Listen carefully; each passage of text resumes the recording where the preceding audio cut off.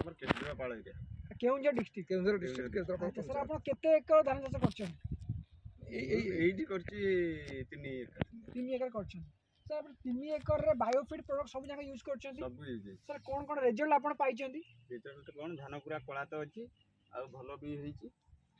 ଆଚ୍ଛା ସାର୍ ଆପଣ ଯେଉଁ ସେଟ୍ଟା ଧରିଛନ୍ତି ଆଉ କେତେବେଳେ ୟୁଜ୍ କରିଥିଲେ? ଗାଧୋଇବା ପୂର୍ବରୁ। କାଦୁଅ କଲା ପୂର୍ବରୁ ୟୁଜ୍ କରିଥିଲେ, ମାଟିରେ ପୂର୍ବରୁ ଥରେ ୟୁଜ୍ କରିଥିଲେ। ତାପରେ ସାର୍ ଷ୍ଟିମରିସ୍ କେତେବେଳେ ୟୁଜ୍ କଲେ? 15-20 ଦିନ ଭିତରେ ତାଙ୍କୁ ବାହାରିଛି। ତାହେଲେ ଆପଣ ସେଟ୍ ୟୁଜ୍ କରିବାର 15-20 ଦିନ ପରେ ଷ୍ଟିମରିସ୍ ୟୁଜ୍ କଲେ। ସାର୍ ଏବେ ଆପଣଙ୍କ ରେଜଲ୍ଟ କେମିତି ଅଛି? ରେଜଲ୍ଟ ଭଲ ଅଛି। ତାହେଲେ ଆପଣ ବାୟୋଫିଟ୍ ପ୍ରଡକ୍ଟ ୟୁଜ୍ କରିକି ରେଜଲ୍ଟ ପାଇଛନ୍ତି।